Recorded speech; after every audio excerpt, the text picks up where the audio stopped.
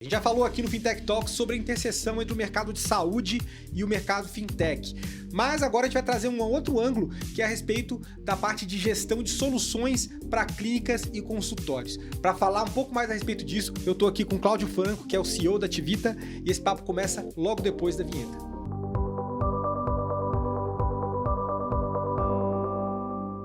Olá, sejam bem-vindos ao Fintech Talks Podcast. Meu nome é Bruno Diniz e esse é o seu podcast sobre inovação financeira, fintechs e afins.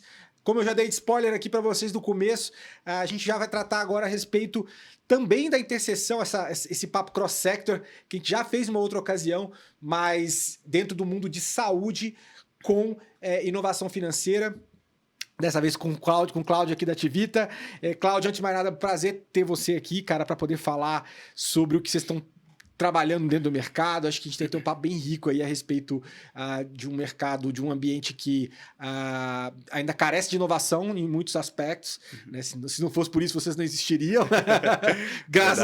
Temos essa oportunidade para sanar e vocês estão fazendo algo a respeito. Então, meu cara, obrigado aí pela disponibilidade para a gente bater esse papo, tá?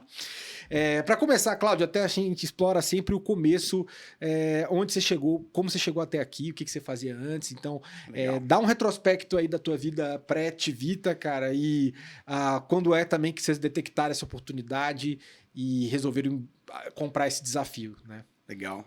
Bom, primeiro, super obrigado aqui pela oportunidade. Fintech Talk sempre sendo uma referência para a gente descobrir o que tem de novo e o que tem desafio ainda que não foi resolvido. Então, um prazer enorme contar a nossa história aqui da Tivita para você e para todo o teu público. Maravilha. Bruno, minha história ela não é nada linear. Primeiro que eu nasci na Bahia, eu vim para São Paulo para estudar, estudei engenharia elétrica de computação na Unicamp. E assim que eu saí da faculdade, eu fui trabalhar com consultoria de estratégia, nada a ver com tecnologia ainda. E de 2011 para cá eu decidi que eu queria investir aí minha carreira construindo soluções para essa nova sociedade que estava surgindo ali em 2011. Se a gente for olhar aí em retrospecto, a grande maioria dos fundos de capital de risco e muitas startups começaram, né, a cena aqui da tecnologia no Brasil naquele ano, onde a gente via não só muito comércio eletrônico surgindo, mas também o começo ali de alguns setores começando a alocar capital para resolver problemas grandes. É uma economia nova resolvendo problemas ainda da economia real. Sim. E ali eu comecei, entrei para um time de uma startup de educação, onde eu tive a oportunidade de construir um pouco de produto, aprendi a fazer marketing. Depois 2011. 2011. Legal. Depois aprendi a vender um pouco. E ali você se sente um pouco poderoso, né? Pô, sei um pouquinho de produto, um pouquinho de marketing, um pouquinho de vendas, mas ainda era uma cena muito nova. E eu fiquei 5 anos nessa empresa, longe de aprender tudo que eu sei até hoje. Fui para o Gympass, que hoje chama Well Hub, em 2016. Foi talvez a experiência mais marcante assim, da minha trajetória profissional. Começar numa empresa aqui no Brasil, levar a empresa para mais de 12 países e hoje se tornar uma referência no mundo inteiro. É a maior empresa de benefício corporativo de bem-estar. E participar dessa jornada foi uma grande escola. Legal. E eu sempre quis empreender, mas eu não me sentia pronto. E eu achava que eu tinha mais um capítulo ali antes de fazer um voo solo com um co-founder ali para criar algo. E eu fui para uma fintech que antecipava recebíveis para escolas, que era o Isaac. Sim. E ali naquele momento eu conheci muitas tecnologias novas. Um problema que eu não estava acostumado a resolver, que era como é que resolve um problema da economia real com tecnologia e serviços financeiros também. E naquela época eu já estava assim com a cabeça borbulhando de ideias. Eu tinha acabado de ter meu segundo filho. E quando a gente tem filhos, a gente consome saúde de um jeito muito diferente, muito mais intenso. E, basicamente, tudo que eu olhava era um problema que eu queria resolver. Poxa, a jornada do paciente eu me interessava bastante, muito por essa exposição da área da saúde com meus filhos. Meios de pagamento é algo que eu sempre gostei, estava trabalhando com isso na época no Isaac também. Mas eu descobri um problema que ele era muito maior. Eu achava que era um pedacinho assim, depois eu descobri que tinha um problema muito maior. O primeiro, assim, quando a gente olha para capital alocado para tecnologia na área de saúde no Brasil, ele ainda é muito concentrado. Então, você olha para hospitais como o Einstein, o Sírio, a própria Redditor, a DASA, são as maiores empresas que a gente tem aqui hoje no Brasil do lado da assistência. E você tem as operadoras de saúde, né? Sul América, Bradesco, Unimedes, Amilcar, Plus, Porto Seguro, Itaú. Então, o capital está alocado nessas empresas. E elas fizeram um grande avanço em tecnologia aplicada à saúde. Nos últimos 10 anos aqui no Brasil é inegável, né? O Brasil já é um país com alta adoção de prontuário eletrônico, já existe muita relação paciente, prestador e pagador que já é eletrônica.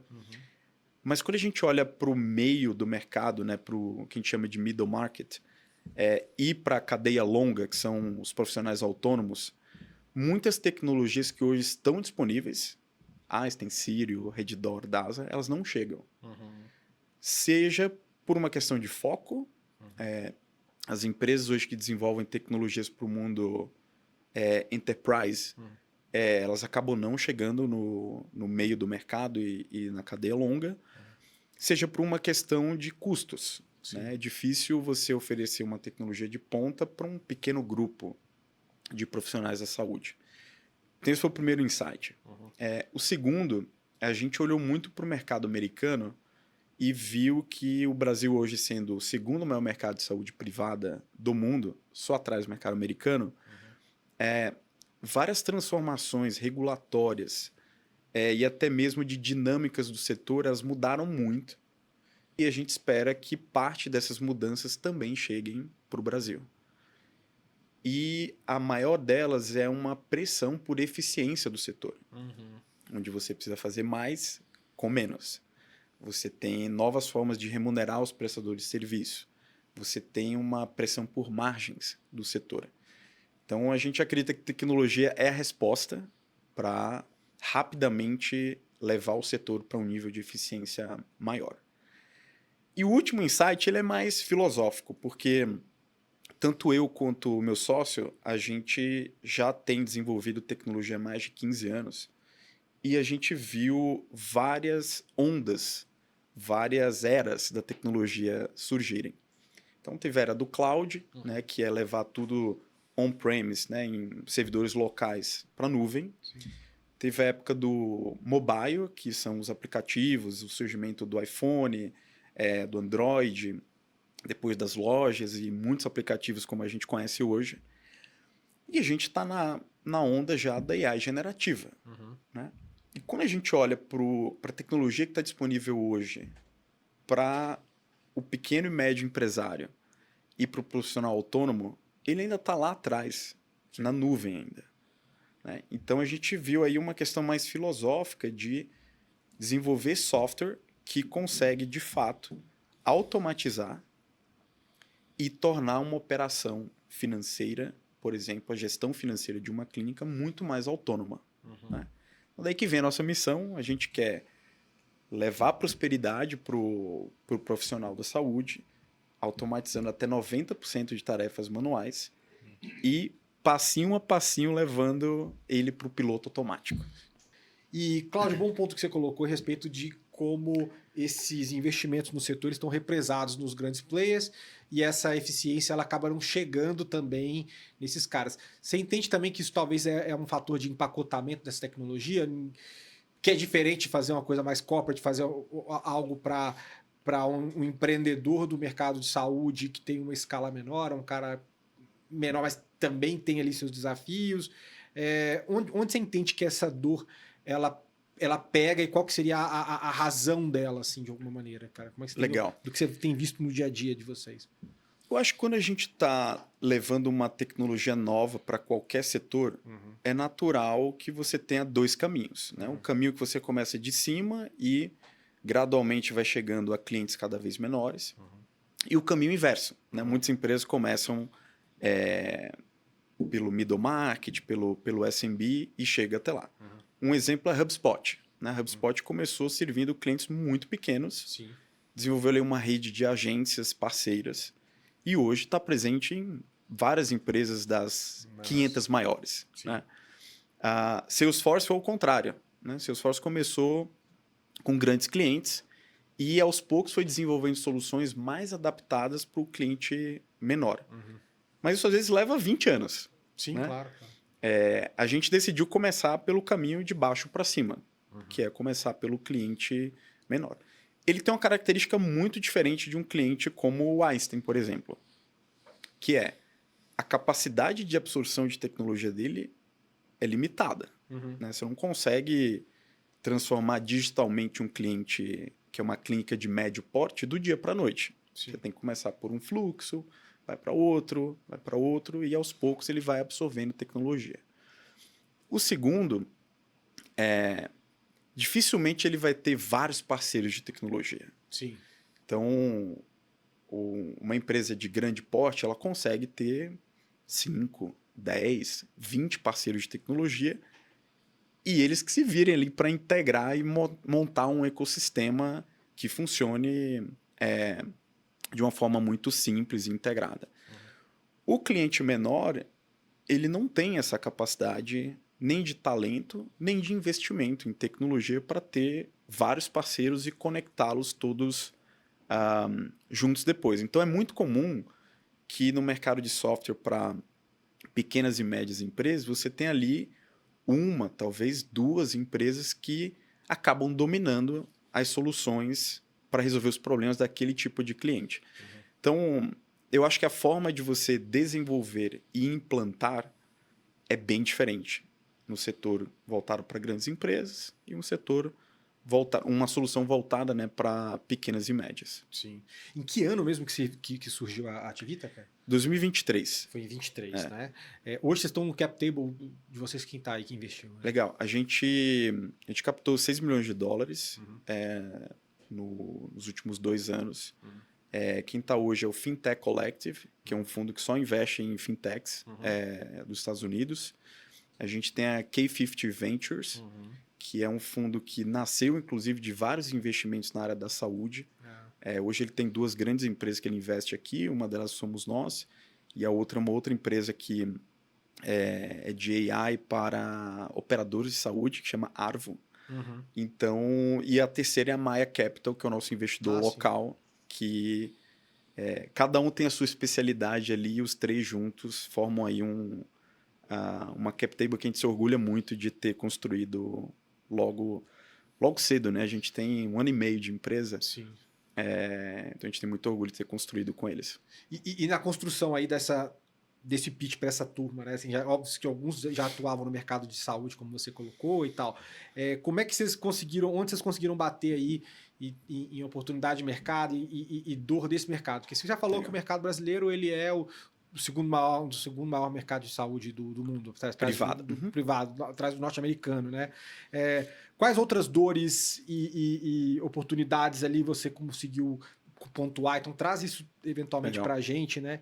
E algumas coisas em relação até tamanho de mercado, tamanho endereçável de mercado, olhando para isso, porque o mercado de saúde obviamente é gigante, mas estratificando eventualmente isso para o mercado de saúde que vocês realmente estão olhando, ele tende a ser menor. Eu queria também entender, ter uma ideia para a nossa audiência. É curioso, porque se você perguntar para cada um deles, eles vão dizer que tem um ângulo da nossa tese que eles acreditam muito e que o conjunto fica muito mais completo. O primeiro deles é assim, para a gente levar a eficiência para um setor, a gente precisa eliminar tarefas manuais e tornar tudo isso muito mais fluido a um custo que é uma fração do custo que o cliente tem hoje. Né? Então, a premissa número 1 nossa é construir uma camada de software que consegue, de fato, automatizar e levar eficiência para o nosso cliente.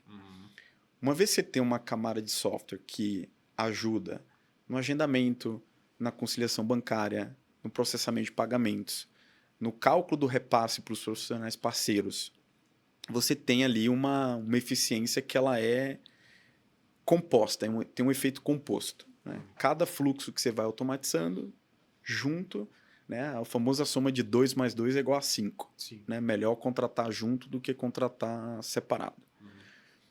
E à medida que a gente automatiza fluxos financeiros, a gente passa a conhecer a saúde financeira do nosso cliente em tempo real. Sim. Então, uma vez que a gente automatizou contas a receber de todos os nossos clientes, a gente sabe como cada real que ele fatura ali, de onde veio, com que frequência, está crescendo, está estável, está caindo, etc. Então, a gente tem um conjunto de dados ali muito poderoso. Quando a gente olha para o contas a pagar, que a gente está prestes a lançar para o mercado, você olha o outro lado da equação, que é como que o dinheiro entra e depois como ele sai. Sim. Então, a nossa capacidade de criar modelos de avaliação de crédito e de risco de portfólio em tempo real, ela passa a ser muito poderosa para quê? Para desenhar produtos financeiros personalizados para cada cliente e ter um canal de distribuição eficiente para um número muito grande de clientes. Então, essa é a parte 2 da tese, que é como é que a gente consegue desenhar produtos financeiros melhores e distribuí-los de uma forma eficiente para um segmento que demanda muitos desses produtos. E a terceira parte da tese, ela vai muito na linha de contribuir para o setor para que outras inovações aconteçam com o efeito Tivita. Então, hoje, a gente tem mais ou menos algo em torno de 150, 200 aplicações de APIs que a gente faz somente para o nosso consumo interno. E são APIs que a gente construiu não porque a gente gosta de construir tecnologia, porque não tinha no setor. Então, a gente acredita que abrir esse ecossistema e conectar soluções que não vão ser o nosso core, elas podem gerar um impacto muito grande para o setor e a gente não vai abraçar o mundo. A gente sabe fazer muito bem software, serviços financeiros, mas nem todos. Né? Então, a terceira parte da tese é, uma vez que a gente tem uma base grande de clientes usando nosso software todos os dias para automatizar grande parte das rotinas de trabalho deles, que a gente consegue entregar produtos financeiros adequados para eles, acho que abrir esse ecossistema vai ser benéfico tanto para instituições financeiras quanto para desenvolvedores de tecnologia também. No final torna-se um hub e criam-se esses rails que integram outros players de mercado, né, a partir de um coração aqui que você está organizando. Né, Perfeito. Deixando ele mais claro e enfim, mais tech, mais eficiente, por assim dizer. Né? Não é só tech por tech, mas sendo eficiente. Né? Perfeitamente. Que seja essa linha.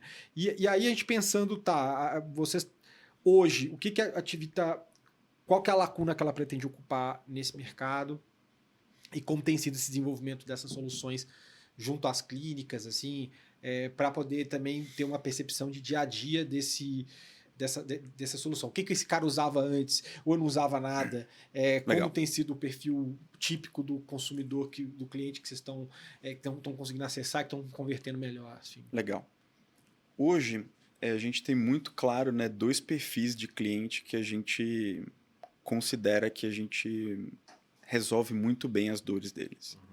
O primeiro deles é aquele cliente que tem pouquíssimo nível de digitalização. Então, ele ainda usa um calendário do Google, ele tem uma planilha ali que ele controla um pouco dos pacientes, dos pagamentos e tal. Às vezes com a ajuda de uma secretária, às vezes ele mesmo fazendo. Então, esse foi o primeiro perfil de cliente que a gente validou e que nos ajudou muito a chegar no produto que a gente tem hoje. Então, esse cliente ele já começa, o primeiro passo de digitalização é começando usando a Tivita. Tá? Então, ele sai do Excel, sai do calendário do Google, do link de pagamento que ele contratou à parte e passa a usar a nossa solução completa desde do dia 1. Né? O segundo tipo de cliente, que a gente já validou também, é o seguinte, é aquele que já usa alguma solução de mercado. Que é um módulo que é muito específico, às vezes, ou não tão abrangente, talvez, eventualmente, que vocês estão colocando na mesa para ele. Né? É curioso, porque se você vê o que ele contratou uma suíte completa. mas ela não tá suficientemente fácil de usar ou inteligente, ou, sei lá, integrada, eficiente dentro do seu próprio produto para conseguir liberar as possibilidades. Então, ele usa... Quando a gente chega, ele está usando uma outra solução, mas tipicamente é agenda e prontuário. Ah, tá. E aí o que ele faz? Ele extrai todos os dados de lá para fazer a gestão financeira dele no Excel, no Google Sheets. Caramba, então não é... Então, ele adota a Tivita, às vezes, primeiro só para o financeiro e depois gradativamente expande ali para controle de agenda, de prontuário, de geração de documentos. E às vezes ele testa numa escala menor, cria convicção e fala, cara, eu quero mudar a stack que eu tenho aqui hoje e eu vou entrar com Tivita para tudo. A gente faz uma expansão ou para outros fluxos. Às vezes ele começa com 2 profissionais e quer aumentar para 10, para 20, para 30. Mas hoje esses são os 2 grupos de clientes que a gente já tem assim, absoluta convicção. A gente cresce 20% ao mês. Então, em receita, né? Sim. Que para a gente... A gente é muito... Tudo subscription-based, tudo SaaS, né? A gente tem 2 modelos de precificação. Um deles, que é até uma inovação no setor, a gente trouxe um modelo muito inspirado no que a gente tem visto de empresas mais modernas no Vale do Silício, que é a precificação para o resultado entregue. Então, quando ele tem um paciente ativo na nossa base, a gente tem condições de adicionar valor para aquele cliente. Então, se a gente automatiza os lembretes de confirmação de consulta, emissão de nota fiscal, conciliação bancária, elaboração de relatórios para contabilidade de um paciente, a gente entende que a gente está gerando valor para o nosso cliente. Então, a gente tem um modelo de precificação que é baseado em pacientes ativos no mês, e aí é a variável de receita do nosso cliente, né? Ela é baseada em número de pacientes atendidos. E à medida que a gente tem clientes maiores, a gente acaba fazendo pacotes de assinatura, que aí são valores fixos mensais. Entendi. Sim. Tá. Que é um pouco do como o mercado opera hoje, né? As outras soluções concorrentes. Não. O mercado opera muito com base em profissionais, em assentos, né? Assentos de profissionais da saúde. Só que a gente percebeu que isso era também uma fricção que existia no setor. Porque imagine que você é o dono de uma clínica e você tem 10 profissionais que precisam instalar em algum momento do dia. Alguns profissionais vão atender 10 pacientes, outros profissionais vão atender 50. Então existia uma fricção muito grande de precificar por assento, porque assento não é a métrica de criação de valor de uma clínica. Tá. Enquanto que o número de pacientes se ele atende 50 ou se ele atende 5 mil, esse é o número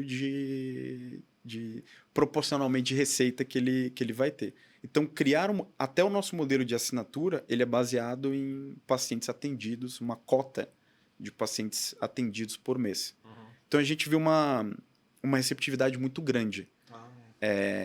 De criar. Até nisso, a gente foi nerd, assim, foi pensar, poxa, o que é o melhor jeito da gente precificar o nosso produto? Sim. O que o nosso cliente vai gostar? O que ele reclama hoje? Tem que falar a língua dele também, porque é muito, muito palpável. Exato. Cobrar dessa forma e atuar dessa forma. E quando é variável, né, na saúde privada, né, dezembro e janeiro são meses de baixa, geralmente. Sim. Então, quando o nosso cliente cai, a gente cai junto com ele. Sim. E quando ele sobe, a gente sobe junto com ele também, no modelo de precificação por pacientes ativos. Bacana. E falando um pouco desses caras, né, assim, citou 2 perfis de cliente, né? Como é que você tem tido em relação aos resultados que eles reportam para você depois, né? Você pode dividir com a gente alguns o que eles têm dito em termos de aprimoramento do aspecto financeiro da clínica ou de eficiência, né? O que tem chamado mais atenção? Sei lá, mês contra mês ali de utilização, ou quantos meses de utilização ele começa a ver o full potential disso para ele, ou tipo, já no primeiro mês o cara já consegue ter uma virada? Cara, primeiro ele começa a sentir no primeiro dia, porque a gente também adotou uma posição bem diferente da média do mercado, que é a gente pega na mão do nosso cliente. E ele só começa a usar quando a conta dele está totalmente personalizada para o caso de uso dele. Ah, tem isso também. Né? Então, ao invés de falar assim, vem aqui no treinamento e tal, não sei o que, se vira depois para configurar, a gente entendeu que essa era uma grande fricção para ele não utilizar o potencial total, não explorar o potencial total de outras ferramentas que ele decidiu contratar. Então, falando de valor entregue, ele percebe já no primeiro dia. Né? Agora, o que ele percebe é diferente. Então, um cliente que tem lá um consultório com um profissional, 2 profissionais, às vezes uma secretária, o maior impacto que ele sente imediato é do tempo. Porque se você tem uma secretária só, ela tem que responder o WhatsApp, ela tem que preparar um ambiente para receber os pacientes. Muitas vezes ela recebe o paciente na sala de espera e tal, ela tem que emitir nota fiscal, ela tem que ver se o paciente faltou ou não, Sim. ela tem que cuidar do caixa ali. É bem faz tudo mesmo, assim, em muitas operações. Né? Exato. Então, para o cliente pequeno, de consultório individual, o primeiro impacto que ele vê é ou no tempo dele mesmo, ou no tempo da secretária. Agora, quando a gente olha para um cliente que fatura 750 mil, 1 milhão por mês, tem múltiplos meios de pagamento que ele aceita, ele parcela no cartão de crédito alguns procedimentos, ele tem vários profissionais parceiros que trabalham lá, cada um num modelo de repasse e tal, então ele tem o tempo, com certeza, ele percebe, mas a primeira coisa é saber quanto a clínica faturou no dia. Ah, sim. Esse real time, né? Hoje a gente atualiza a cada segundo. Né? Então, segunda a segunda, ele consegue saber não só o faturamento global da clínica, mas quanto foi devido à produtividade de cada profissional que estava ali. Independentemente se o pagamento foi no Pix, foi no cartão, presencial, no link de pagamento, parcelado, à vista, com antecipação, sem antecipação. Então, ele tem a posição ali de entradas em tempo real. E é curioso, muitos eles se espantam, porque eles sabem, nossa, não sabia que eu estava tão bem, ou não sabia que eu estava estagnado, ou não sabia que tal serviço está crescendo a procura, tal serviço está caindo a procura. Mas estrategicamente ele tem mais tangibilidade na parte estratégica também, né? E um pouco de gestão de desempenho também, obviamente, né? De tudo isso. Sem dúvida, né? Produtividade do time, alocação das salas que ele tem. E o último, quanto maior o volume financeiro que transaciona com a gente consegue entregar valor também na redução de custo transacional. Então, hoje a gente processa qualquer tipo de meio de pagamento particular. Então, Pix, cartão no link de pagamento e na maquininha presencial também. Então, a gente tem parcerias comerciais com alguns players e outras tecnologias a gente desenvolveu dentro de casa. Então, a gente consegue entregar também, principalmente para os clientes maiores, uma redução do custo transacional de processar pagamentos. Sim, e aí uma parte disso, porque assim, entendo que tem uma parte de inteligência aqui do business de vocês, que é essa plataforma que vocês, que é internalizada com a construção própria, né? E entendo que tenha esses elementos que perpassam aí o mundo do pagamento, que vocês devem ter parceiros que fazem um trabalho as a service ali com vocês, né? Assim, exato. Bom, por contratação e tal. E a tendência é você, eventualmente, estar cada vez mais trazendo isso para dentro de casa, eventualmente, né? Imagino. A gente é muito criterioso com isso, porque, querendo ou não, somos uma empresa ainda em estágio inicial. Sim. E que o valor que a gente entrega hoje está muito mais nos 2 primeiros blocos. Sim. Eficiência operacional, controle, auditoria, visibilidade do faturamento. E a última parte ela é um adicional. Ela não é o nosso serviço principal. Então, a gente sabe que hoje o Banco Central do Brasil ele é muito favorável à inovação, mas ele tem seus níveis de exigência à medida que você vai crescendo ali em cada um das verticais de serviços financeiros. Então, a nossa decisão é só ter um tipo de licença específico quando o nosso tamanho e o nosso valor para o nosso cliente justificar. A gente ser uma IP, ou ser uma SCD.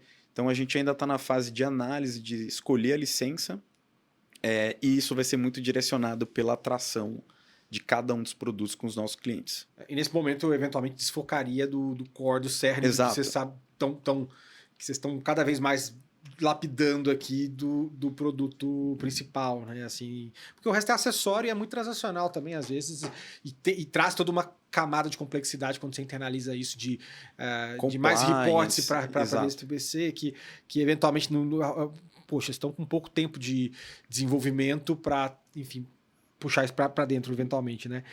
E pensando um pouco no ambiente competitivo também, agora olhando para esse lado.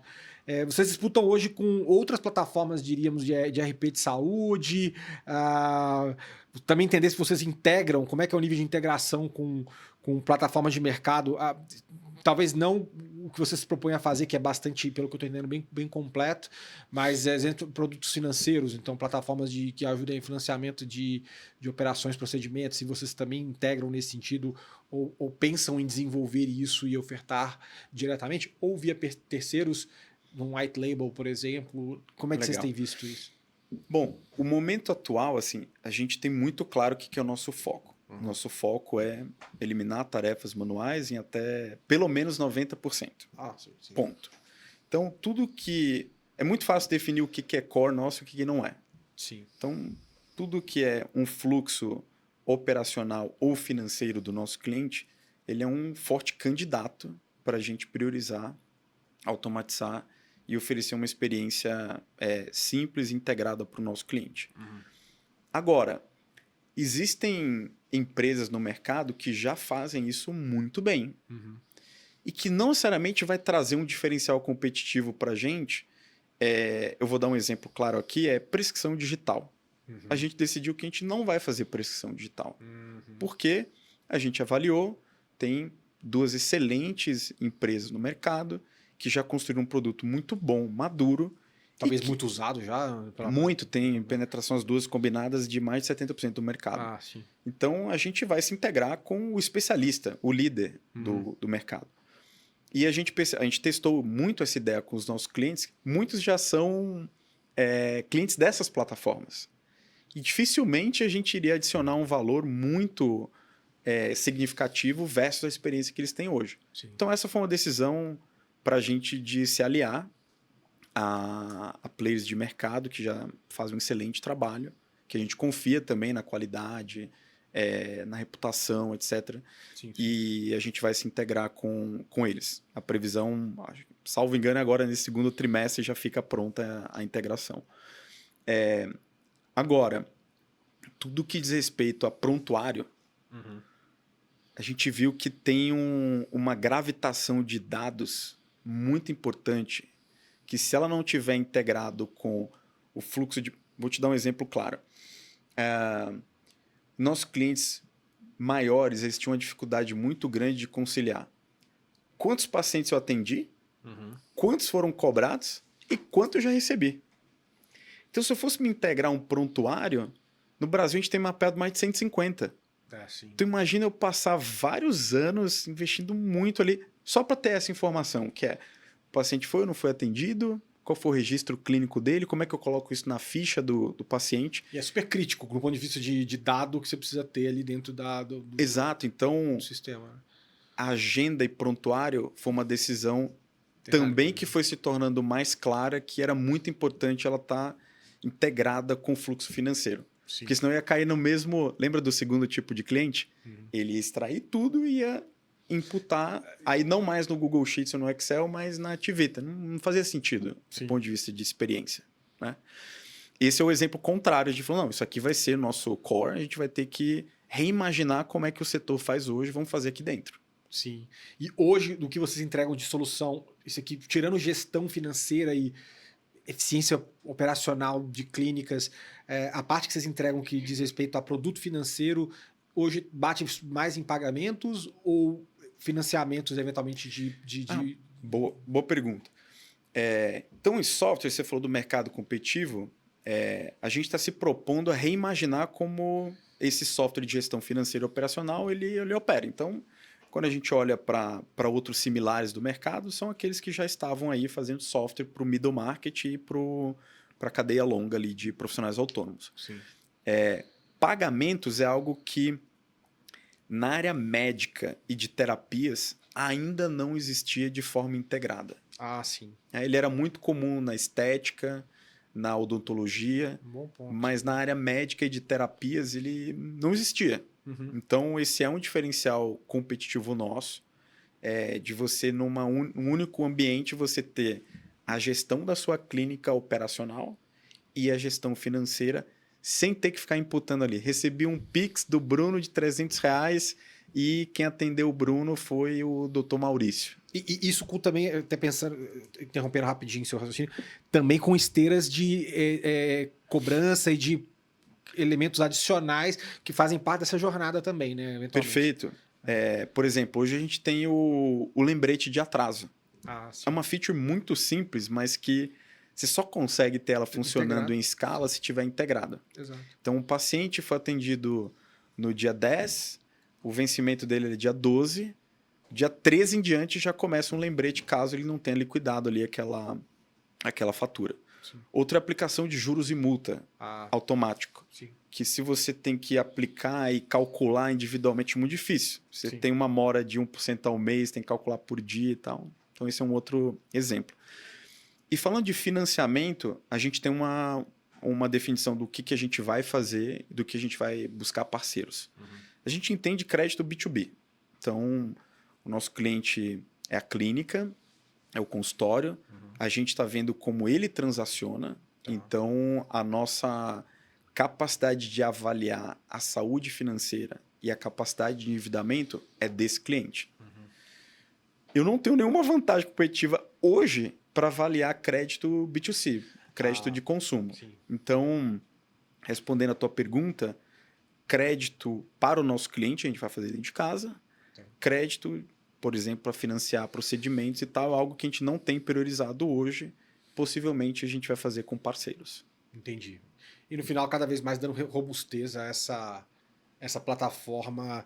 Porque no final dos dias a gente fala muito aqui de construção de ecossistemas, né? Então, no que vocês começam atuando num setor para resolver uma dor, mas é natural que você também, essas externalidades, você acaba absorvendo e juntando a plataforma, porque muitas vezes faz sentido, muitas vezes é por causa da concentração de dados do que passa ali dentro que você pode otimizar, e só consegue otimizar porque isso está integrado, então você consegue fazer isso.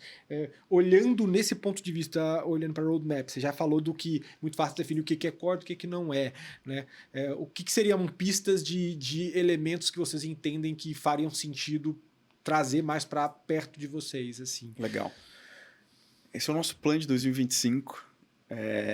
A gente tem 3 grandes prioridades. A primeira delas é expandir nossa automação para o contas a pagar. A gente tem vários clientes já na fila de espera para testar esse produto e para estender a automação para eles. Uhum. A segunda delas a gente entende que o nosso mercado endereçável, 2/3 dele a gente está começando a atuar agora, que é o faturamento para o plano de saúde. Sim. A gente já desenvolveu a primeira solução, tem 4 clientes testando agora. E o jeito que a gente vai fazer é um jeito também, de novo, diferente. Uhum. A gente vai encarar o plano de saúde como mais um meio de pagamento. Então, do mesmo jeito que um cliente meu aceita Pix, aceita cartão de crédito, à vista, parcelado, alguns deles também são credenciados às grandes operadoras de saúde do Brasil. Sim. Então, no nosso fluxo vai ser tão simples e tão fácil de expandir quanto esse paciente aqui vai ser atendido pelo nosso credenciamento com a Bradesco Saúde, por exemplo. Entendi. Essa é a segunda prioridade. E a terceira, organicamente, a gente já começou a atender a demanda dos nossos clientes de antecipação de recebíveis. Sim. Que também é uma coisa que o mercado bateu muito. Eu vejo toda vez surgindo cara para poder tentar olhar para isso, né? Mas fazendo isso desgarrado é diferente de você fazer isso integrado. A dificuldade é você criar um modelo de crédito que consiga avaliar em tempo real qual que é a necessidade e qual que é a capacidade do teu cliente de ter 10%, 20%, 30% de recebíveis antecipados e em que condições. Sim. Então, a gente começou um experimento no final do ano passado, um piloto. Funcionou super bem. E aí a nossa terceira prioridade para esse ano é expandir, mas por enquanto a gente está fazendo somente com a nossa base de clientes. E recursos próprios. Tá. E aí tem toda a jornada ali de criar um veículo, trazer investidores parceiros para esse veículo também, ter parceiros aí na área de securitização, de bancarização. Então a gente está indo com cautela e priorizando o nosso roadmap. Mas esses são os 3 de 2025. Boa. E Cláudio, até pensando assim, eu acho que dá para entender a clareza que vocês têm em entregar aquilo que melhor torne a clínica eficiente e tudo mais, né? E tudo isso que vem ao redor dessa experiência. Vocês têm olhado ou estão olhando para a experiência também do paciente, do ponto de vista do paciente? Porque assim, eu sinto que talvez esse seja um elo que obviamente, que você falou que teve essas experiências de ter mais contato dentro do mundo de saúde e ver todos esses problemas, dava para observar da ineficiência da clínica, certamente resolvendo alguns desses problemas, isso se reverte em benefício de melhoria de experiência para o consumidor. Mas existe algum ponto de contato ou interface onde vocês ou estão olhando ou talvez estejam refletindo a respeito para tentar melhorar também uma experiência do paciente? Porque também assim, a gente sabe muito bem que existem vários elementos aí, tem coisas que talvez não vão além do seu escopo, que é do problema que a gente tem de horário de agendamento. Muito lugar que você vai, você marcou às 3, você vai ser atendido às 4h30 e coisas do gênero.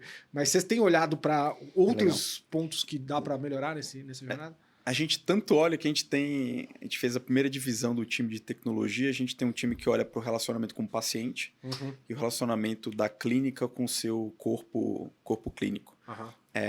E desde a primeira versão do nosso produto, nosso beta, começou ali com 5 clientes usando, o paciente sempre esteve na prioridade. E uma das coisas que a gente criou, por exemplo, que foi voltada para o paciente, é a comunicação autônoma via WhatsApp. Sim. Então, a primeira feature que a gente desenvolveu voltada para o paciente antes dele sair da clínica, ele já recebe comprovante de pagamento, a nota fiscal e, eventualmente, algum documento que ele precisa para solicitar o reembolso do plano, por exemplo. Automatizado, sempre precisa ter uma secretária para fazer esses inputs, né? Obviamente. Automático, hoje a gente leva, em média, 30, 35 segundos para concluir todas essas tarefas e entregar no WhatsApp do paciente ou do responsável financeiro dele todo esse pacote de reembolso. Você deu esse exemplo porque, assim, desde que a gente nasceu, o nosso MVP já tinha esse viés, né? Que era como que eu facilito a gestão da clínica, do consultório, mas como que eu levo uma experiência melhor para o paciente. Aí hoje não, hoje já tem muita coisa. Já tem, por exemplo, ele pegar o histórico dele de todas as notas fiscais do ano. A integração com Receita Saúde, que passou a ser obrigatória em janeiro, que automaticamente já aparece no imposto de renda dele. Ou tudo que ele consumiu de saúde, pessoa física no ano. O lembrete do agendamento, a confirmação automática de consulta. Então, o nosso cliente central, né, assim, a gente sempre parte da dor de uma clínica, de um consultório, mas a clínica e o consultório ela não existe sem o paciente, né? Sim. Então, ele, de uma certa forma, ele está sempre presente, mas a gente não parte de uma dor do paciente para resolver. Sim. É sempre algo que começa na clínica, começa no consultório. Que só de olhar para aí já tem muita coisa que resvala, que já é benefício colhido diretamente. Seja, como você falou, uma automação para você dar essas informações que são super cruciais para o consumidor, para o paciente ter o quanto antes, talvez reafirmando alguns next steps dessa relação, desses pontos de contato futuro que a clínica vai ter o médico vai ter com esse paciente, né? Ou até mesmo essa questão do lembrete, né, de pagamentos, essa coisa que você também está... tem também a desorganização do paciente na outra ponta, que se você também não impõe essa disciplina por esteira, sistema, de quem faz a cobrança para quem recebe, fica esse elo perdido aí e essa dificuldade, né? Então, sem dúvida. E tem que ter esse outro elemento. E pensando um pouco agora, extrapolando um pouco a realidade brasileira, tá? Assim, você já falou alguns dos inputs que levaram você e teu co-founder aí a direcionar esforços para resolver essa dor que é grande e ainda existente no mercado de saúde. Olhando para o mercado internacional, vocês têm visto alguns benchmarks do ponto de vista de health fintechs ou que tem sido desenvolvido em outros países, algumas coisas que eventualmente até serviram de inspiração para o que vocês estão fazendo hoje? Sem dúvida. Bom, o mercado americano ele acaba sendo uma grande inspiração pelo tamanho, pela escala, pelo volume de pagamentos. Então, a gente se inspirou muito em algumas soluções do mercado americano. Agora, o nosso sistema de saúde ele é bem diferente. De regras, de momentos, de quem paga o quê. Então, não adiantava a gente só olhar e tentar copiar aqui alguma coisa. Então, talvez UX, algumas coisas, eles e essa parte também de desenvolvimento de sistemas robustos é uma coisa. Agora, o resto, para onde vai esses... Sem dúvida. Então, a gente se inspirou muito nas empresas de automação do ciclo de receita nos Estados Unidos. Principalmente aquelas que lidam com duas partes, dois pagadores diferentes. Então, nos Estados Unidos, o copagamento ele é uma regra, não é uma exceção. Sim. Então, o paciente tem que pagar no cartão de crédito, na transferência bancária, mesmo quando ele tem cobertura pelo plano de saúde. Então, aqui a gente começa pelo que é chamado de out-of-pocket, que é o pagamento particular, e agora está avançando para o faturamento direto para os planos de saúde, mas a gente aprendeu muito com algumas empresas americanas que já fazem isso numa escala muito, muito maior que a nossa. Tem outras empresas também que a gente se inspirou, que elas cuidam muito da experiência do paciente, que está muito mais moderna em alguns casos. Então, você preencher todos os seus dados antes de chegar na clínica. Isso já acelera muito essa fricção que se tem na clínica. E reduz erro, né? Porque quando você está narrando teus dados, ou você poderia ter mandado uma foto da tua carteirinha antes de chegar para ser atendido. Então, a experiência de sala de espera, a gente olha muito para o que tem sido feito lá também. E aqui dentro do Brasil, a gente tem muitas experiências e muitas referências aqui dentro mesmo, mas que não no middle market, né? Então, a gente olha muito para os maiores hospitais do Brasil, a gente olha muito para as redes de diagnóstico, que têm investido já muito mais tempo em tecnologia. Hoje em dia, para você fazer um agendamento em algumas redes, você consegue fazer tudo pelo aplicativo. Sim. Né? Você consegue mandar teu pedido médico, você consegue fazer via WhatsApp, você consegue chegar na hora do teu exame e ter alguém te esperando para fazer, porque você já mandou todos os teus dados antes, você já fez o teu pré-check-in antes mesmo de chegar fisicamente. Então, a gente olha muito também para as tecnologias desenvolvidas aqui no Brasil, sem dúvida, mas que ainda não foram democratizadas para toda a base de profissionais da saúde.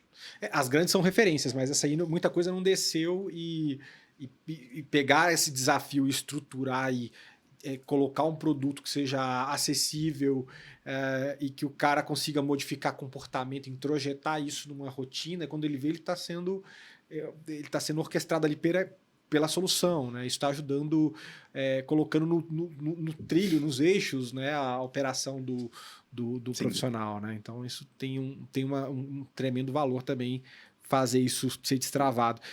E a gente, pegando mais um outro ponto em relação a gente falou de benchmarks aqui de fora, a gente também está aí numa série de tecnologias emergentes, né? A gente falou de IA generativa e tudo mais.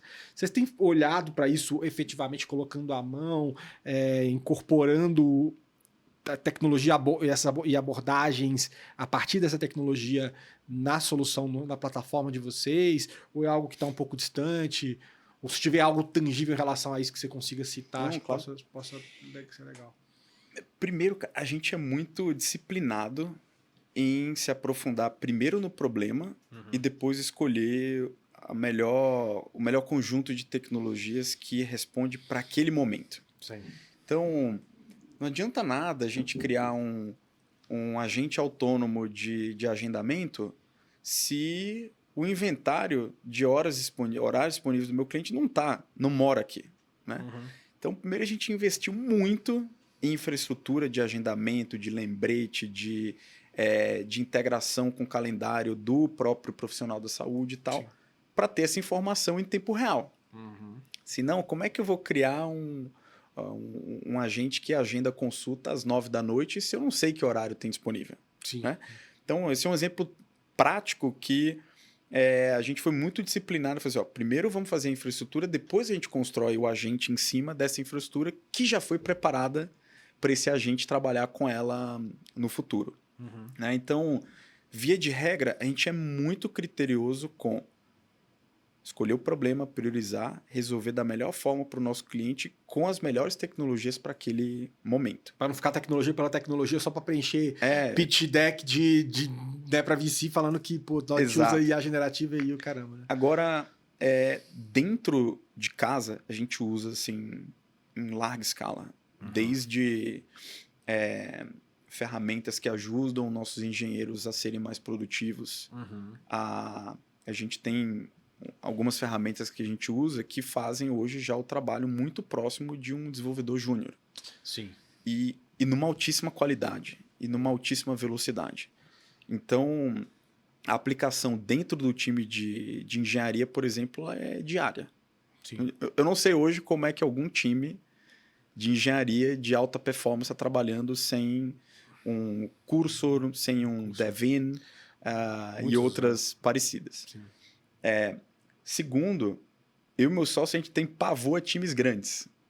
Pelas experiências que a gente teve de escalar empresas que ainda não estavam prontas do ponto de vista de tecnologia e ter que resolver somente com pessoas. Sim.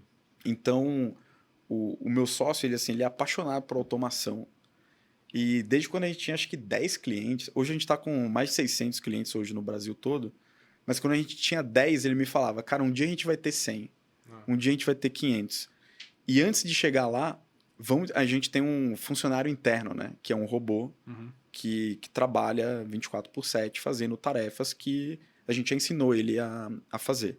Então, hoje o nosso time de onboarding, de ativação de clientes, ele é muito eficiente porque a gente tem esse 12º jogador ali em campo que ajudou muito. Eu não sei como é que a gente escalaria até agora sem ele. Né? Sim, sim. E terceiro, a gente tem 2 áreas de pesquisa que a gente já sabe o que a gente vai construir, a gente está amadurecendo. Uma delas é a comunicação com o paciente. Ah, sim. É uma área que a gente priorizou, a gente focou em construir infraestrutura já preparada para embarcar um agente depois e fazer isso com qualidade e com um cliente que precisa disso. Né? O cliente que precisa disso hoje é um cliente de alto volume. Não é um cliente que atende 20 pacientes no mês. É o cliente que atende 2.000, 3.000, 4.000 pacientes. A segunda área é na produção de insights de dados. A gente hoje, óbvio, a gente tem nosso painel de inteligência ali em tempo real, mas ele ainda tem muita oportunidade para ser conversacional, por exemplo. Sim. Né? A gente não pode assumir que todo mundo sabe o que é uma derivada positiva de crescimento, o que é como olha ali um ticket médio e tal. Então, a gente está criando também infraestrutura primeiro para que os dados eles sejam altamente disponíveis para o nosso cliente, que ele possa fazer perguntas com linguagem natural. Sim. Essa é uma segunda área que a gente também priorizou, mas precisa de muita fundação para funcionar muito bem. Né? E a terceira, a gente acabou descobrindo que a gente tinha um outro cliente, que a gente nem sabia. Quando a gente começou a trabalhar com clientes maiores, o fluxo de informações deles com as contabilidades, ela às vezes era demorada, gerava muitas idas e vindas de, poxa, mas você faturou tanto, tem tanto de nota fiscal, cadê a conciliação, cadê o extrato do banco e tal. Então, isso aí a gente já desenvolveu muitas aplicações que simplificam a comunicação entre clínica e contabilidade.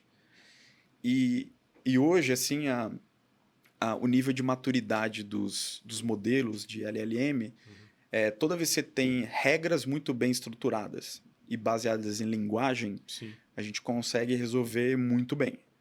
Então, hoje a gente tem a capacidade, por exemplo, de escrever um PNL em um DRE, né?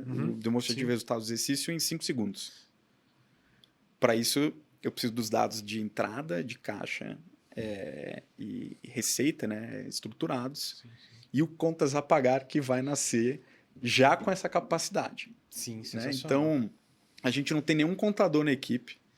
A gente não vai fazer contabilidade. é uma decisão estratégica da empresa, mas a gente, inclusive, tem parceiros hoje que nos ajudam a desenvolver esse produto de automação de relatórios. Sempre vai precisar de um contador, sempre vai precisar de uma auditoria final ali antes de assinar o balanço, mas a gente entendeu que a gente consegue adicionar muito valor por ter esses dados estruturados. A otimização desses dados e a estruturação deles é fundamental para que para quem vai receber esse dado depois de ter sido gerado, possa dar o encaminhamento, né? Então, contadores e tudo mais, né? E um ponto interessante que você falou é o seguinte, você falou da questão do criação de um agente depois de comunicação com o paciente. Quando você vai somando tudo isso, porque a gente já sabe da realidade de agentes e vários players vão estar oferecendo isso. Mas uma coisa é oferecer isso desgarrado, outra coisa é oferecer isso dentro de uma oferta. Que deixa o produto, né, mais robusto, mais resiliente e cada vez mais importante para aquele perfil de usuário.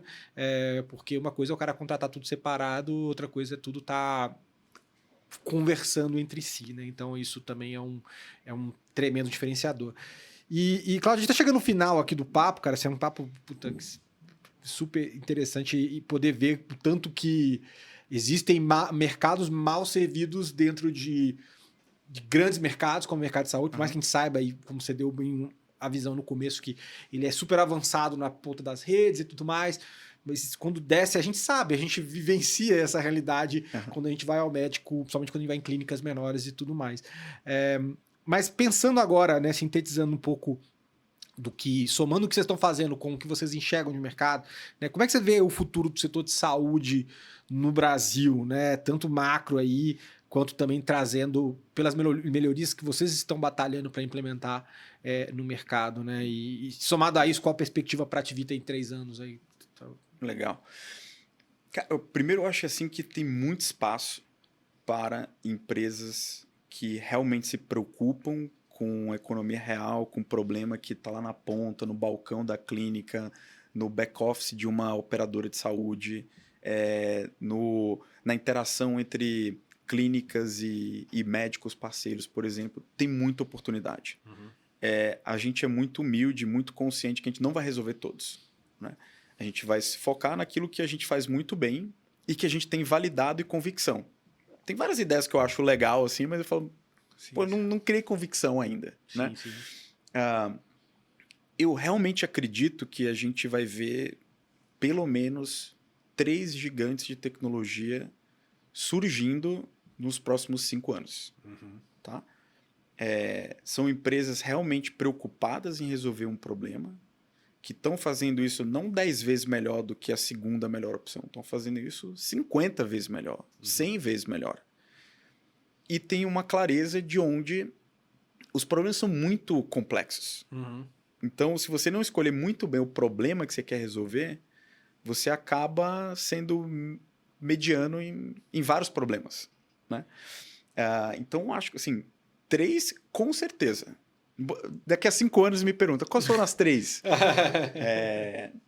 Mas certamente, acho que... E a gente está num momento de inflexão.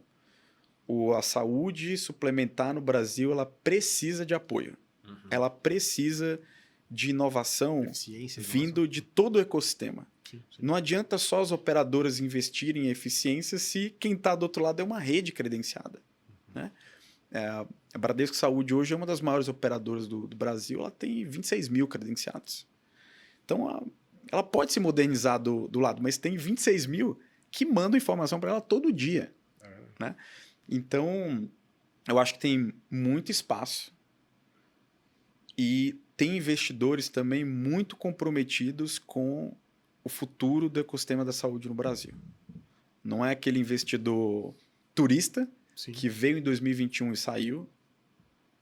A nossa cap table, por exemplo, só tem investidores que estão aqui para o longo prazo e que sabem que construir em saúde leva tempo, mas os efeitos compostos eles são muitas vezes muito mais poderosos do que outros setores. Né?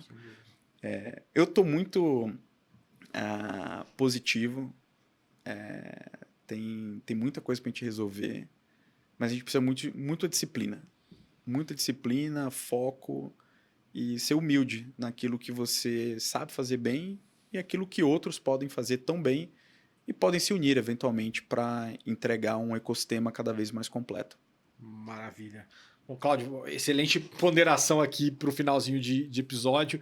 Eu sempre abro esse minuto final para que você, além do que, acho que você fez um fechamento muito bom, mas se tiver mais alguma mensagem que você queira de consideração final, pode ser um institucional que você achar que funcione, fique à vontade, o espaço é teu, cara. Boa. Não, eu tive a oportunidade aqui de contar o que motiva a gente a levantar da cama todo dia e buscar uma experiência cada vez melhor para os nossos clientes. Então, se você é uma clínica, um consultório que está um pouquinho desorganizado, está sentindo falta de um pouco mais de eficiência, que quer ter seu custo controlado também de operação, acho que a Tivita é o melhor parceiro para vocês. Maravilha, meu cara. Muito obrigado aí pela participação. E você que nos acompanhou até agora, espero que tenha gostado também. Deixe seu like aqui nesse vídeo e principalmente encaminhe para outras pessoas que possam se beneficiar do papo que a gente teve aqui. Forte abraço e até a próxima.